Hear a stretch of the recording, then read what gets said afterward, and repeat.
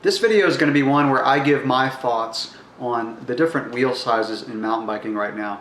And this is kind of a conclusion to another video I made that was getting pretty long, so I'm making two videos. The other video I did a really in-depth analysis between different lap times and ride characteristics and feel kind of out on the trail between a 27.5 Giant Anthem and a couple different 29er full suspensions. So let me give my thoughts on wheel sizes right now. First of all, I did my analysis because it's the beginning of the year and I just wanted to make sure that I'm on the right bike and I feel good about my bike. I ride a Giant Anthem 27.5, which I got on last year after being on full suspension 29ers for several years. I just really loved the way the 27.5s handled. And so I wanted to do another comparison and just kind of document it for you guys, because I know a lot of people out there are wondering, you know, the difference between 27.5 and 29. 26, as most of us know, are pretty much history in all kinds of riding, except for maybe some downhill and free ride stuff. So our choices now are 29 and 27.5. With this comparison that I did, I'm going to honestly say that there was no clear winner. They both have different characteristics that is going to depend on what you're looking for, and I'm going to give you those characteristics in a minute to help you make a decision if you're looking to buy a bike.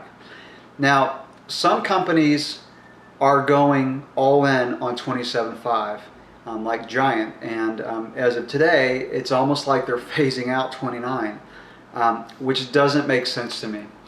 Because for cross country especially, 29ers are still a very big player in the game.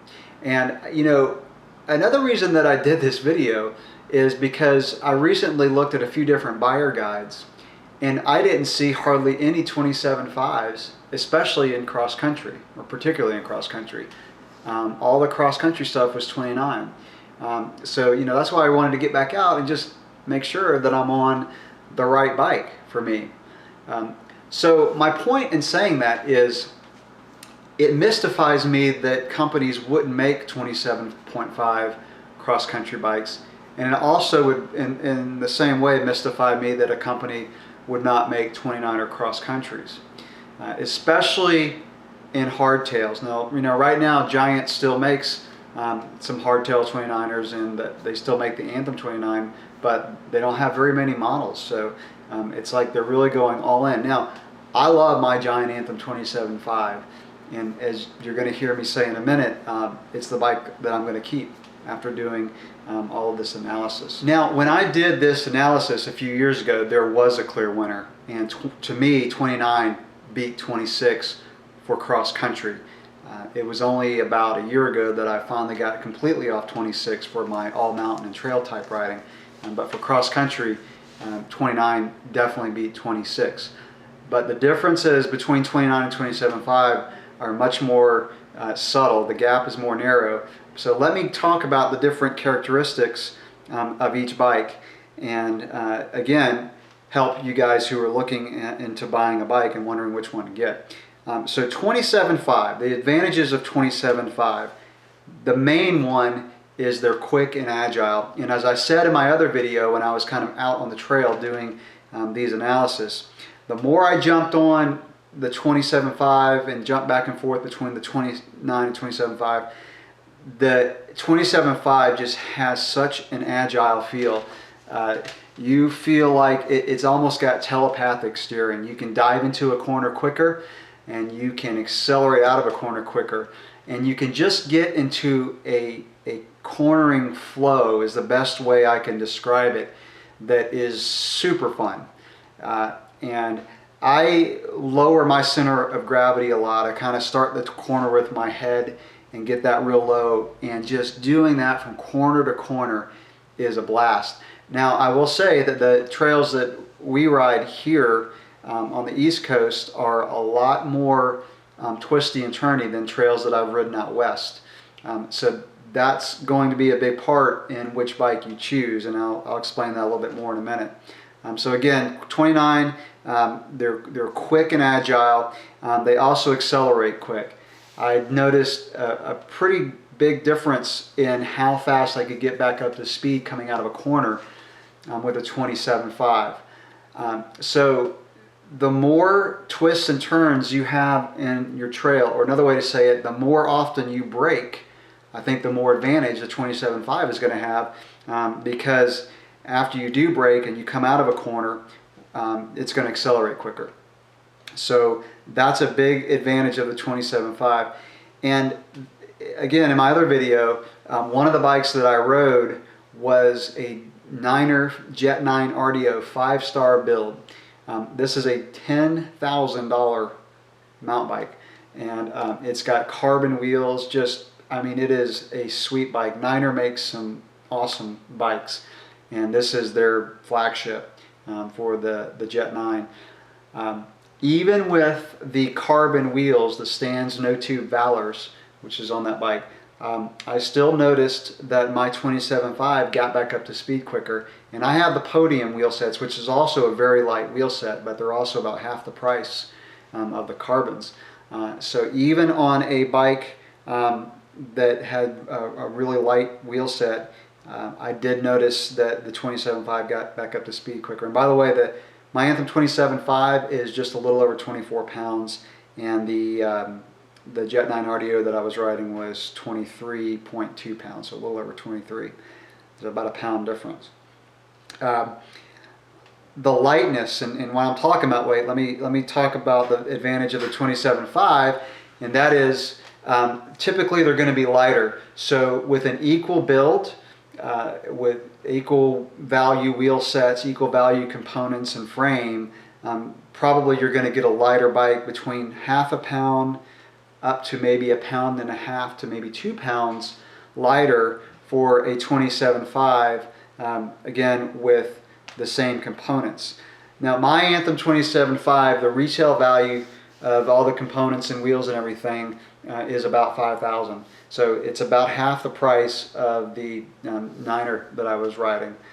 And you know, you can get, I think, a really good value in 27.5 because the bike is going to be lighter. Now, my Anthem is an aluminum frame, which I really like. Giant makes a really good aluminum frame. I've owned a lot of carbon bikes in the past. My road bike and my cross bike are both carbon. So you know, I'm very familiar with carbon, and I really like my aluminum frame. So again, pretty good value with 27.5 if weight is an issue for you. Fun factor, this is a big one for me. Even if my lap times were the same on both bikes, which they were very close, and when I said there's no clear winner, with lap times, I don't think there really is a clear winner, because on the straightaways, on straight trails, the 29 is going to be faster. Like I said, the more you brake, the more corners, 27.5 is going to be faster. Now again, if you go back and watch this video that I made when I was out on the trail doing lap time comparisons, overall the 27.5 was faster. And the first day I did the testing, the 29 was a little bit faster because there wasn't hardly any turns on the section of trail that I did. When I got back onto what's more normal for what we ride, the 27.5 was generally faster than the 29, but not by a lot. So if the lap times were not different, I still like the 27.5s for the fun factor. If you're one of those people that just likes, you know, drifting your tires in the corner, you know, again, getting into a kind of a cornering flow and just sprinting out of corners, just riding aggressively, 27.5s are a lot of fun. Riders who want to be on full suspension, I'm a full suspension guy, and when you get into 29ers with full suspension, the bikes start to get pretty long. So for 27.5s, I think you can really get on a good full suspension bike without having it feel too long. Like I said, the 27.5s are really fast on tight trails. The tighter the trail, I think the more advantage a 27.5 is going to have. Something that may or may not play into it depending on how big you are, is flex. Because the frames are a little bit more compact, the wheels are a little bit smaller, you're probably going to have less flex on a 27.5. And now, like I said, for value, that's good because you may be able to be on an aluminum frame and be able to have a bike with less flex. And finally, one thing, and this kind of has to do with the cornering, but the 27.5s have a lower handlebar height. The 29 wheel being so much taller, the head tube is taller, which means the handlebars are higher. And if you're really cornering hard, it's nice to be kind of down low. So that's another big advantage of a 27.5. Now let me go into the advantages of a 29er. First of all, and this is at the top of the list for me, is how smooth they ride. If your riding style is you just like to get out and cruise, you don't care about real quick acceleration or riding super aggressively, but you want a bike that just flows well, go with the 29. Because over the choppy stuff, if your trails have lots of little rocks and just choppy, or lots of roots or lots of rock gardens, the 29er is going to be smoother. And it's also going to be a little bit more stable. 29ers have a pretty long wheelbase, especially the full suspensions, and the chainstays are longer, which make for a bike that's a little less agile in the corners, but it does make for a bike that's more stable. And if you're going over rough terrain, that may be important to you. Obviously, better momentum over obstacles. And this has been talked about so much, so I'm not going to really go too far into it, but 29ers, when you hit an obstacle, the tire just rolls over it. Again, if you like kind of throwing the bike around and picking it up over obstacles instead of just letting the bike hit it and go over it, that's going to be less of an advantage for you on a 29. But if you just kind of just want to ride, let the bike get over stuff, 29ers can't be beat for that. Fast on open trails. 29ers, the more wide open your trails are, the faster they're going to roll and the easier they're going to roll. Now, again, this difference isn't near as pronounced as I noticed on 26 comparing it to 29. 27.5s still roll very well and they maintain really good momentum, just not quite as good as a 29. So they're still fast on open trails, don't get me wrong. When I hit straightaways on a 27.5, I was able to just, sprint up to speed real quick and hold it pretty well. But a 29er, once you get it up to speed, is going to require a little bit less effort to keep that momentum. So again, if your trails are really straight, this is going to have a big advantage for you. I still think for hardtails, 29, and I'm going to go a little bit more into the different types of riding style here in a second, but for hardtails, I think 29 is the way to go. Unless you're really short. My wife is 5'2", and she rides a 29er. It's an extra small 9er, and she loves it. Again, I think if you want to go for hardtail, either because you like them or for budget reasons or whatever, 29ers have the advantage. The choice, I think, is still, the number of choices is still a big advantage right now for 29.